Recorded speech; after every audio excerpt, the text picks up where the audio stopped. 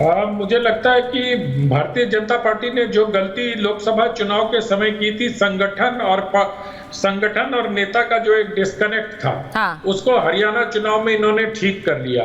और अब उसी फॉर्मूले पर वो वहां भी चलेंगे। जिस प्रकार से संघ के लोगों ने लग के हरियाणा में काम किया, उसी प्रकार से महाराष्ट्र और खासतौर पे झारखंड में संघ और संघ के जो समविचारी संगठन है उनका बहुत काम है। तो मुझे लगता है कि संगठन और सरकार का चेहरा दोनों मिलकर काम करेंगे, और ये फॉर्मूला इनका हरियाणा में काम आया था। जिस प्रकार से लोकसभा चुनाव के दौरान नड्डा जी के एक बयान से थोड़ा भ्रम फैला था, वो सारी चीजों को दूर करते हुए मुझे लगता है, और जो नैरेटिव एक पक्ष में बन गया था 99 सीट जीतने के बाद, उस नैरेटिव पर भी हरियाणा के परिणाम ने ब्रेक लगाया है। और इसी नैरेटिव के आधार पर बीजेपी का टेम्पो इस वक्त बहुत हाई है।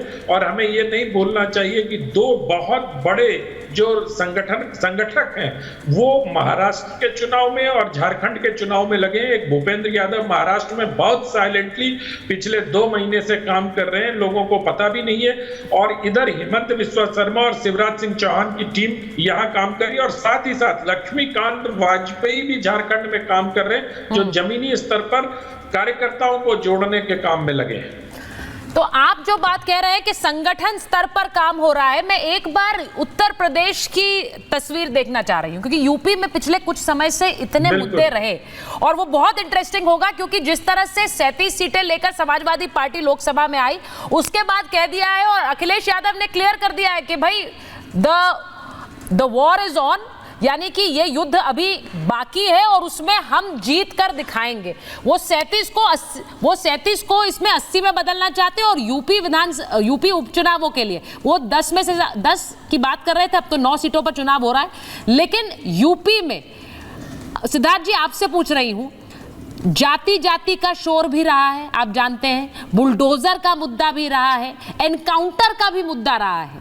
ये सब जिन पर योगी आदित्यनाथ एक तरह से इन एक्शन दिखे, उन सब पर अखिलेश यादव ने हमला भी किया है। आपको लगता है इसका फायदा नुकसान? सिद्धार्थ जी। देखिए सुचरिता जी, अखिलेश यादव क्यों हमला करते हैं ये तो उत्तर प्रदेश की जनता जानती है।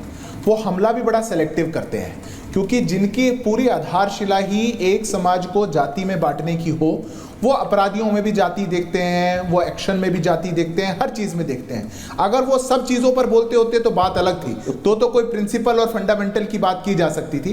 पर चूंकि उनका आधार ही कुछ और है, तो ये तो प्रदेश की जनता समझती है। मैं मानता हूं कि जिस प्रकार से सुशासन की यात्रा उत्तर प्रदेश ने देखी है, लॉ एंड ऑर्डर को लेकर के एक प्रतिज्ञा देखी है प्रदेश की सरकार की, और जिस प्रकार से बदलती हुई तस्वीर देखी है, उसका उपचुनाव में जनता अपना मत के साथ समर्थन करेगी, और भारतीय जनता पार्टी सभी उपचुनाव की सीटों पर बहुत भारी मतों से जीत करके आएगी। ये जो राग हरियाणा में फेल हुआ सुचारिता जी, ये जो विभाजन करने की नीति हरियाणा में फेल हुई, ये उत्तर प्रदेश में भी लंबी नहीं चलने वाली। हरियाणा और उत्तर प्रदेश बड़े पास के राज्य हैं, मिजाज भी लगभग बराबर सा है। ये मिजाज तो अब इनको उत्तर प्रदेश की जनता भी इस उपचुनाव में दिखा, यानी कि लारी जी वो कह रहे हैं जो बटेंगे तो कटेंगे वाली लाइन है वो हिट हो गई है। अब हरियाणा में उन्होंने बार बार ये संदेश दिया और वहां पर जाति का शोर नहीं पहुंचा, तो जाट नॉन जाट एक हुए। तो यहाँ यूपी में भी जो जाति वाली बात कहते जा रहे हैं अखिलेश जी, वो हिट नहीं होने वाली है, वो ये कह रहे हैं। मैडम एक चीज आपने देखी है ना कि बिल्ली को ख्वाब में हमेशा छीछड़े नजर आते हैं, वही हाल इनका है। इस समय एक जगह इनको छीछड़ा मिल गया तो ये समझ रहे कि हम हर जगह वही छीछड़ा मिल जाएगा।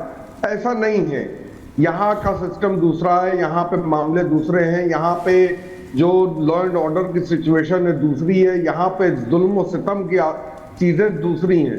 यहाँ पे इन्होंने किसी को नहीं बख्शा है, सबको परेशान किया है। व्यापारी परेशान है, चाहे क्या नाम है माइनॉरिटी हो वो परेशान है, चाहे ओबीसीज हो, एससी एसटी हो, सब परेशान है और बहुत अच्छे ढंग से परेशान है।